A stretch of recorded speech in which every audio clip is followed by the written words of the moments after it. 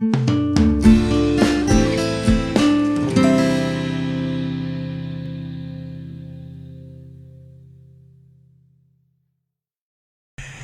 quite uncanny that Rabbi Nachman of Breslov, who wrote 200 years ago, could anticipate the problems that we're dealing with in our generation that were not so much of a problem back in his days.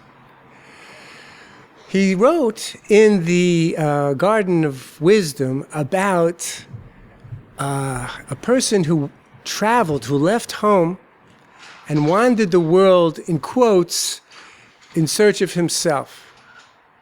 But we see in that tale, the tale of the sophisticate and the sophisticate and the simple man, we see a case of a person who basically checked out of life, who retreated and surrendered, in a sense, to the dark side of life. The instinctual need to surrender to something bigger and larger than ourselves is supposed to be, under normal circumstances, to God and his people and his land and his way of life. But in the case of the sophisticate, he surrendered to the dark side, meaning that he gave up on life.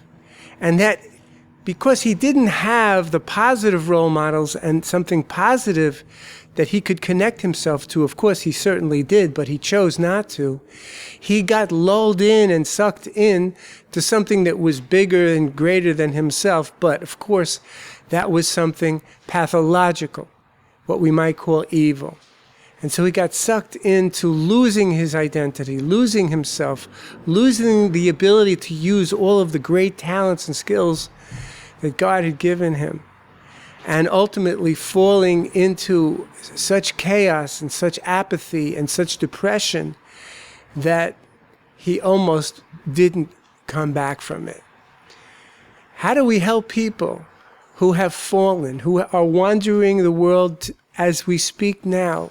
Jewish people looking to escape, looking to check out in the name of finding themselves.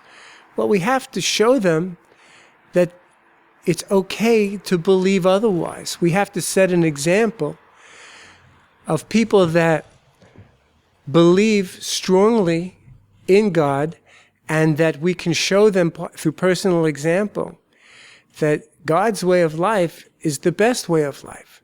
It's the only way of life that brings ultimate happiness, satisfaction, productivity, and freedom from all of the inner conflicts and worries that human beings go through, who feel they have to stand on their own 2 feet and do everything by themselves.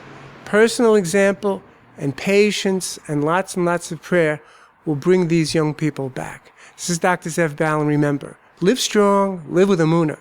We'll see you next time. Bye-bye.